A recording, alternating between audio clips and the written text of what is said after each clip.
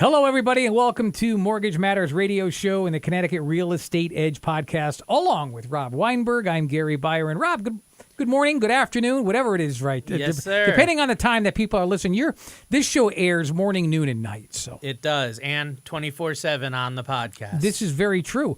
How has your week been? It's been good. It's been good, and I'm continuing to see a lot of activity, really more so on the purchase side of things, but it's not too late to be looking at refinancing, and it's not too late to be looking at purchasing a home either, even though many people think that they did miss the boat because of everything being talked about in the media and whatnot. So I really wanted to hone in and focus today on the opportunities that are available and the fact that it's really not too late. You need to have an open mind and take a step back for a minute and really think about all these great wealth building and real estate opportunities that are available right now today in 2022. A little bit later on in the show, more towards the end of the show, I'm going to talk to you about how you can earn yourself an e-version, an e-book. It's called Mortgage Strategies for the New Millennium. It's written by Rob Weinberg. And again, it's an e-book. We'll get into that more towards the end, if you don't mind. Sure. So we're talking about, if it's ever too late to buy or refinance. Can you talk about maybe, some of the current events and factors that make some people think that they kind of miss the boat when it comes to buying, even at reasonable prices or even refinancing at an all-time low rate? Yeah, and this is something I have talked to so many people about. I feel like I'm on a replay, constantly. I talk to one client and then I get another call and have the same conversations over and over.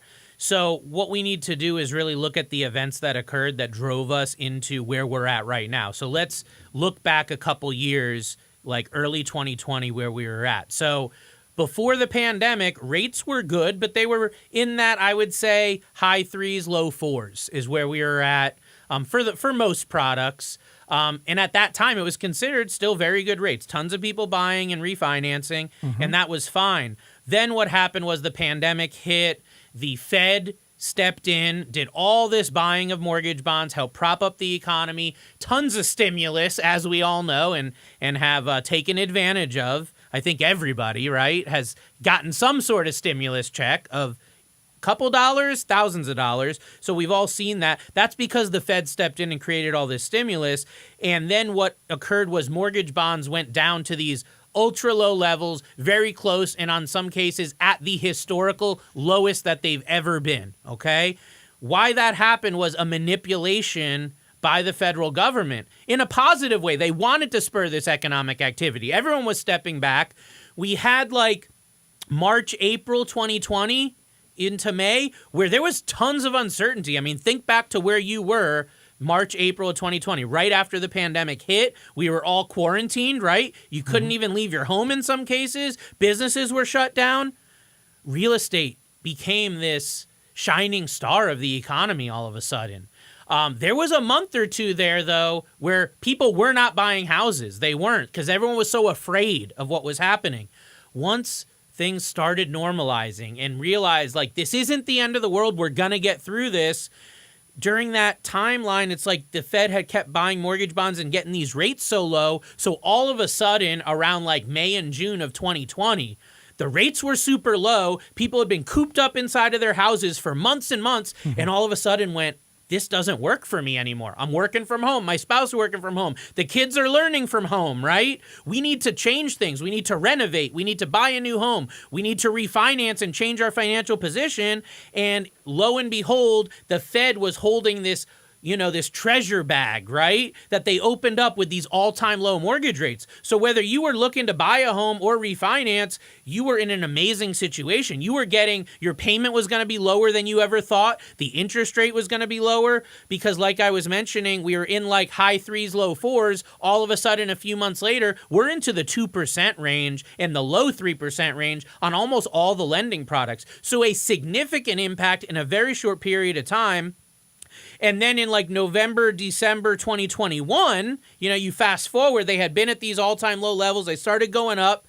They went back down a little bit. And then Now look at end of 2021, November, December. There was all this talk from the Federal Reserve about how they're going to be raising rates. The economy is doing well again. The stock market propped right back up. 2020 and 2021 turned out to be amazing years for stockholders. If you could stomach the volatility, you were making excessive double-digit returns, almost, unfathomable a few years ago to make that type of money, especially in an economy coming right out of a recession with COVID. So the Fed was saying we have to raise rates. Well, it was the case of buy the rumor, sell the news. As soon as they really started talking about that, just the rumor of it started pushing mortgage rates up. We saw inflation was starting through the roof, right? In fall of last year, gas prices started going up. All these other prices started going up even before that. But that's when people started going, this isn't temporary. This isn't transitory. This is for real when you go to the gas pump and you're paying $1 more than that than you were a year ago, and then the housing prices kept going up because people were so just obsessed with getting out of their small apartment or upgrading their home or moving up to the next property that they were almost willing to pay any price to be able to do that. And since the mortgage rates were so low, they could get a great payment even if they were paying more. So there was a big shift, from that sentiment in the economy. And then November, December of last year to now, we're talking about 90 days, a little over 90, 100 days, and all of a sudden now the sentiment has shifted. Now we're in a completely different market. And it was so quick and so fast and so abrupt. People go, whoa, wait a second. Did I miss the boat? Rates in the high 3s, 4s? Are you kidding me? No, that's not what it was a year ago. That's not what it was 6 months ago. Is this for real or am I getting ripped off? And it is for real, but there's still these great opportunities. That's what we're going to be talking about. So how do current interest rates compare to the historical mortgage rates over, I don't know, let's say the last 20 or 30 years? Right. This is so much fun to talk about for me because people have this near-term thinking, right? They only think about the last year or two, like what's right in their mind. So all that people know are these low rates over the last couple years. Some people in the older generation remember when they bought their first home, and I have people tell me all the time, they almost brag about it. Oh, when I bought my first home in 1973, I paid an 18% rate and 2 points. Someone else will say, oh yeah, I bought a home in 1984 and I paid 12%. And then I refied a few years later from 12 down to 10. And it's almost like a badge of honor, right? But those are a lot of older people that bought their first homes back in the early to mid, last century here, like the 70s, 80s, and even into the 90s. So when we really step back, though, and look at what is the average rate over the last 30 years, not a year ago, not 2, not 5 years ago, not a decade ago, the last 30 years. What I've seen for statistics is between 6 and 7%, depending on the exact timeline you're looking at, 20 years, 25, 30, etc. Somewhere between 6 and 7% is the average. There have been times during that, as we've discussed before, where like 8, 10% was good. There have been other times, like a year or two ago, where if you were paying more than 2 or 3, you were considered that you were getting a high rate. And that's what I really want to focus on is the decades, 2, 3 decades, 6 to 7%. If you are in a position right now where you can get a mortgage at 3 3/4, 4, 4.5, 4 3/4, you're still doing a ton better than the average. So rather than just looking at and thinking you missed the boat, rather than wanting to brag to all your friends at the bar or at work that, hey, I got this super low rate, you got to look at it as an entire process. This isn't, first of all, the mortgage you get today is likely not going to be the mortgage you have 10 years from now. So that's a big shift for a lot of first-time buyers and people that maybe are refinancing for the first time is they think, when I get this mortgage, like this is my mortgage forever, but that's not the case because most people get a new mortgage every 3 to 5 years. So if you can stomach getting that rate that's a little better than average, that's in the 3s or 4s, or even low 5s versus 6 or 7, you're doing better than average, and there's going to be opportunities to even better your situation as the economy progresses, goes into a recession, they end up lowering rates. Right now, everyone's focused on them raising rates because they've been so low, but this is a full circle thing. It doesn't just go up. It doesn't just go down. They're going up now, but they will come down. The only question is when. So how does household formations play when talking about demand for buying a home? Right. So household formations, we'll get into detail on what that is, but it really just comes down to creating a new household. So no matter what the economy is doing, no matter if the stock market did good or bad last year, doesn't matter. Even if you maybe didn't, your job had a situation, you weren't working for a month or two, like all that stuff takes a step back when you're talking about forming a household. People form a household, get married and have kids, or move in with relatives. That happens for, normally it's emotional reasons. You're not doing those things to help your finances or change your finances. You're doing those things because it's part of your life goals, right? It's part of your plan on a personal level of what you want to accomplish. Notice in the last minute I've been talking, I didn't say the word interest rate. We didn't talk about mortgage. This is about what do you need to do to move forward in your life. Do you want to have kids? Well, you're not going to say, oh, I only want to have kids when the rates are low. Nobody says that. I only want to have kids when the housing market crashed. Nobody says that. It's all driven by household formations. And I go back to saying, were people buying homes in the 80s when the rates were high double digit? Absolutely they were. Were people buying homes in the 90s when the rates were 8, 10%? Absolutely they were. Nobody knew any better, right? They hadn't gone through this. Sure, they knew the rates could go down, but they didn't have the, just the mentality that people have today because, again, it's so near term. So as far as what we are discussing when we're talking about the term household formations, it takes a lot of different roles in different people's lives. So again, I'm talking about people getting married. Like when me and my wife got married, we were in a small apartment. We wanted to move to a nicer place. We started looking at buying a home. We thought, hey, we're going to have kids. We need a bigger place, right? You start planning that out. We weren't looking at what's the mortgage rate today. Does it make sense? We weren't looking at what is the housing price? Like, can we afford it? It's planning for the future and really taking that into consideration. So marriages, children, multi-generational households moving in together, having your grandparents or parents move in. That happens all the time now, more common than it ever was before, and people need a place to live. The drive to purchase a home is based on needing a place to live more than it is based on finances and, in this case, interest rates. Can you discuss some different ideas then on how to combat the rising price of housing? I mean, you're talking about low interest rates, but cost of housing. Cost of housing is going up. Interest rates are going up. So when you combine those two things, it's a perfect storm for fear.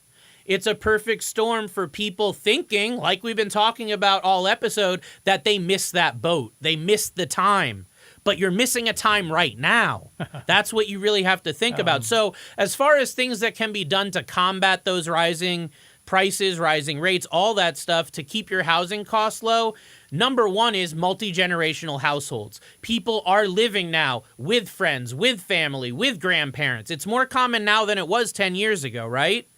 So that's one way, because if you have more people in your household, then that creates additional streams of income to help pay bills, to help pay the mortgage, that sort of thing. So technically, if you have more people with incomes living there, you can afford a higher mortgage than you would otherwise, which means you can afford a higher price, which also means you can afford a higher interest rate. So that's number one. Number two is, I've seen a lot of people lately, especially the younger generations, just getting out of college. They're getting into buying their first home. They're disgusted with how expensive things are, especially in major cities. And they're going, wait, I have a friend at work that also needs a place to live. Why don't I buy this house? Yeah, it's a little bit higher than I wanted to pay in mortgage, but my friend will give me $500 a month to help pay the mortgage. He'll rent a room from me. That sort of thing. So there's a lot more of that going on now than there was before, where people will have friends move in with them. People will have a associate from work or a family member that makes sense move in and help chip in towards those bills. I'm not saying they can necessarily help you qualify for the mortgage. That's another topic, different day. But they can at least help you with your comfortability if you're taking on a mortgage payment or a home price that's a little more than you can swallow. Multi-family homes we've talked about, 2-family to 4-family homes with rental income. That's I've seen really pick up lately, because a lot of people understand now, because real estate has been so prevalent of people making so much money off it the last few years, that rental income is ringing a bell in people's heads. Like, that sounds good. If I can live in one and I can rent out, another 1 or 2 or 3 units, that's awesome, because now my tenants are going to help pay my mortgage for me every single month. So that's a huge thing that I've seen take just a new form over the last year or so. Specifically the last few months, I've had more inquiries about multifamily because people figure if I'm going to pay that higher price, I want to make sure I've got some extra income built in. And then Airbnb. That's big right now. VRBO, renting out rooms on there to vacationers, to tourists, to actually bring in additional income. Again, we can't necessarily use that to qualify you for the mortgage, but if you're getting in a house that's more than you think you can afford, that's more than you're comfortable with, how much can you rent a room out or a part of the house out on Airbnb for?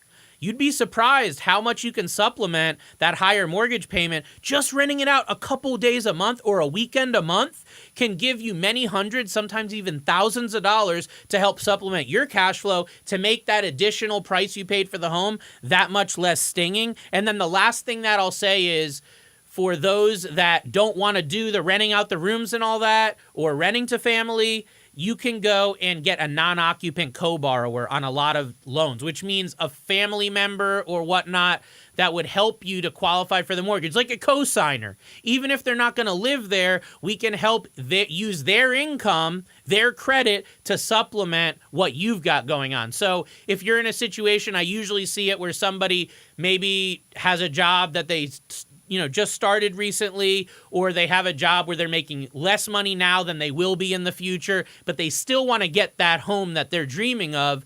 That non-occupant, that co-signer, can bridge that gap. Because again, we can supplement your income with theirs, but they do need to co-sign the mortgage. We will have to run their credit and all that. But that's been a huge thing I've seen lately, especially with first-time buyers that need to help get qualified for these higher prices. So let's switch gears a little bit here. Start talking about refinancing. Why is a cash out refi now better than it was just a few years ago? Yeah, I've seen this firsthand, Gary. What's happened is that because of the pandemic and the housing market just on fire, we have seen the home values go up now beyond higher than they were at the last time real estate boomed in local areas. So real estate is local. I understand there's pockets here or there where maybe they didn't go up beyond that. Maybe they're at that level. But the majority of areas in Connecticut, in New England, in the whole country have surpassed now the previous all-time highs of prices. So when you're thinking about borrowing equity, when you're thinking about tapping equity, the more equity you have, the more opportunity you have. Every dollar of equity that you have in that home is money that you can be putting towards other opportunities, as we'll be discussing. So now's a great time, regardless of the interest rate, because you're going to get more money out of your home now in equity than you would have 2 years, 3 years ago or beyond. That's a guarantee. So when you really factor that in and step back and look at that, the financials actually look better than they did before. Because back then, let's say 2 years, a year and a half ago, you might have gotten a lower rate, but you would have only gotten 70% of the equity that you'd be getting today. You see? So you can get so much more money out now, even if you're paying a higher rate. If you really compare apples to apples, you're in a better spot today than you were back then, simply because liquidity, access to that money is more available now than it was back then because of the housing market going up. And also, interest rates are relative. Mortgage rates are going up, but why isn't anyone talking about credit card rates going up, other loans going up, auto loans? Mortgage rates are still way more attractive than a credit card interest rate at 20 or 30%. Mortgage rates are normally much more attractive than like a used car loan I've seen at 8, 9, 10%. So you need to really look at mortgage as part of your overall debt, like we've discussed, especially along the lines of debt consolidation, huge reason to refinance, and understand that even if the mortgage is a little more, it's also going to give you a little bit more on all the other debts and make it even that much more enticing to refinance today than it was before. Folks, you're listening to Mortgage Matters radio show, as well as the Connecticut Real Estate Edge podcast, along with Rob Weinberg. I'm Gary Byron. You can make an appointment with Rob Weinberg if you like everything that you're listening to. 860-413-3938. And I've got so many points of contact for you at the end of the show, as well as an opportunity for you to get your hands on an ebook that he's written, Mortgage Strategies for the new millennium. We'll get to that in a few minutes. Maybe you can mention a few ideas that homeowners can benefit from financially, even if they have a low rate on their current mortgage. Yeah, there's a lot of great opportunities, even if you're someone that either bought your home or refinanced and you got that 2%, that 3%, that all-time low rate that you want to brag about. Let's talk about some things that you can do with that. So first of all, mortgage acceleration. There's a lot of different ideas around that, but mortgage acceleration is all about paying your home off early. Now, some financial advisors would say never pay off your home. Why would you put money on your mortgage at 2-3% when you could be investing that somewhere else? But depending on the circumstance and where you're at in your life and your stage, it might make sense to actually put extra money on the mortgage if you're already fully funding your investments in retirement and things like that. We did an entire episode on mortgage acceleration, so anybody listening that's interested, go look up the previous episode on mortgage acceleration. We did an entire talk about different ideas around that. The other thing is a mortgage extension. Nobody talks about a mortgage extension because everyone's so focused on getting rid of it. But what a mortgage extension is all about is taking the mortgage that you have now. Maybe it has 5, 10, 15 years left. We want to extend that. We want to stretch it out. Why would we do that? Because it's going to lower your monthly payment. And talk to retirees. Talk to people that had a reduction in income. Talk to people that had a medical emergency and aren't making as much now. Maybe they're down to making Social Security when they were making a full-time income. Those are candidates for mortgage extension because we can take a mortgage. I saw a client last month had a $3,000 a month mortgage and he was at a super low rate, but he was on like a 10-year loan. We took him from a 10-year loan to a 20-year loan. His mortgage went from $3,000 a month down to like $1,600 a month. Huge windfall, right? He didn't care about paying off his house at that point. He shifted, his goals shifted, his business changed. He was a business owner. He wanted to get positioned for retirement. And at that point, it made a lot more sense to extend that loan out at a higher rate than what he had before than it did to have that low rate that he could barely make ends meet with. So mortgage extension is really something to consider regardless of the rate because it really doesn't matter. It's about the term. In these cases, it's not about the interest rate. The other idea that we have endorsed and talked about so much because it's so life-changing is the debt consolidation refinancing to save money on a monthly basis, regardless of interest rate. Look at the numbers. The numbers don't lie. I don't care if you have a 2% mortgage. What are you paying on your credit card debt? What are you paying on your auto? Do you have medical bills? Do you have other bills that we can pay off? Do you have a home equity line of credit? Do you have a second mortgage? Get off the horse of just looking at the mortgage and let's look at your whole portfolio, much like you'd look at a stock or retirement portfolio.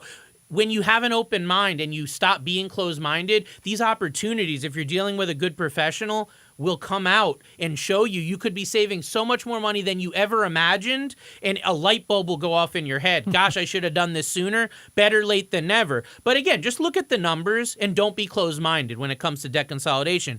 The other thing is home improvement refi. Because all of these values have gone up so much, as we were discussing, you can get more equity out of your home now than you could a couple years ago. That's giving you an opportunity to do an addition, to do a renovation, to change the kitchen, to make the home that you have now your home for life, your dream home. You can do that because of pulling money out with a home improvement refi. Again, your current rate doesn't matter. Let's look at the numbers. What is your new rate going to be? But more importantly, what's your new payment going to be? You'd be surprised how much money you can get in cash out without really raising your payment very much. People are flabbergasted, and it's not about the rate. It's about the cash flow. It's about the monthly payment. And last thing is renovation loans. So there are loans right now that allow you to renovate on the property, and the ones that allow you to renovate, you can actually go through the process and have plans done and get the money to renovate your home. Instead of doing a cash out refi, it would be specifically for a renovation project that would be dispersed. Now, the interest rates on those are a little higher.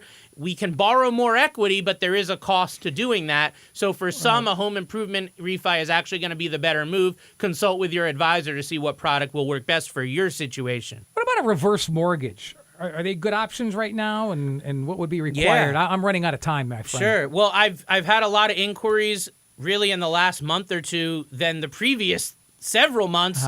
It's crazy because people see that equity in their home. That's the reason why reverse mortgages are better now than they were, because you have to have a certain amount of equity, typically at least 50%.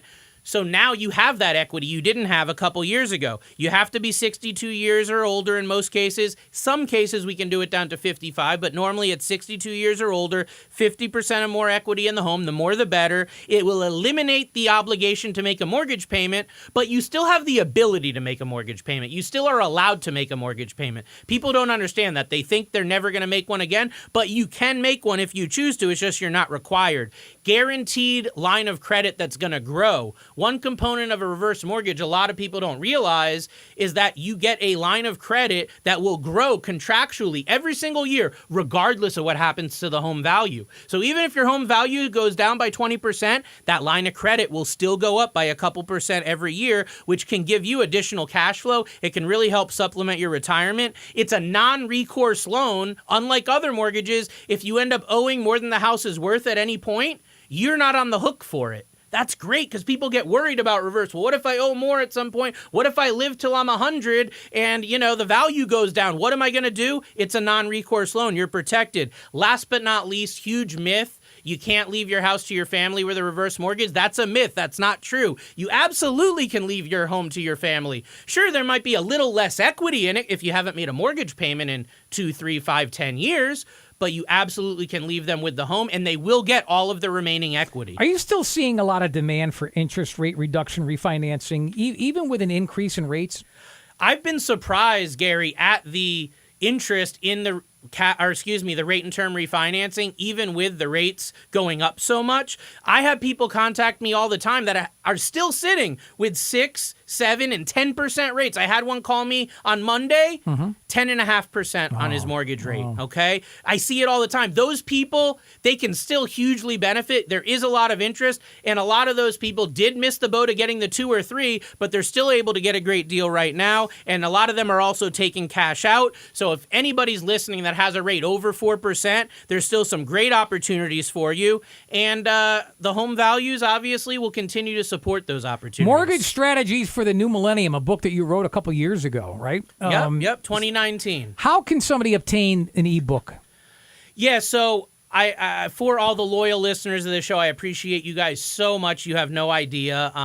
The reviews, the feedback, the comments, the emails, I want to give back to you guys. So if you'll go ahead and shoot an email over to mortgagemattersradioshow@gmail.com with your name, address, and email address, as well as your phone number, I will go ahead and send you a free copy of this book. It sells for $20 on Amazon in the ebook. It sells for $25 as a regular. We'll give it to you for free. Again, mortgagemattersradioshow@gmail.com, name, address, phone number, and email address, and we'll email that over to you right away. And if you want to check out the website, it's ConnecticutMortgageLending.com. Once again, www.ConnecticutMortgageLending.com. And if you'd like to make an appointment with Rob Weinberg, very easy. Write this phone number down, 860-413-3938. Once again, 860-413-3938. For Rob Weinberg, I'm Gary Byron. Thank you so much for listening to Mortgage Matters Radio Show and the Connecticut Real Estate Edge podcast. Until next Saturday morning, have a good one, everybody. So long.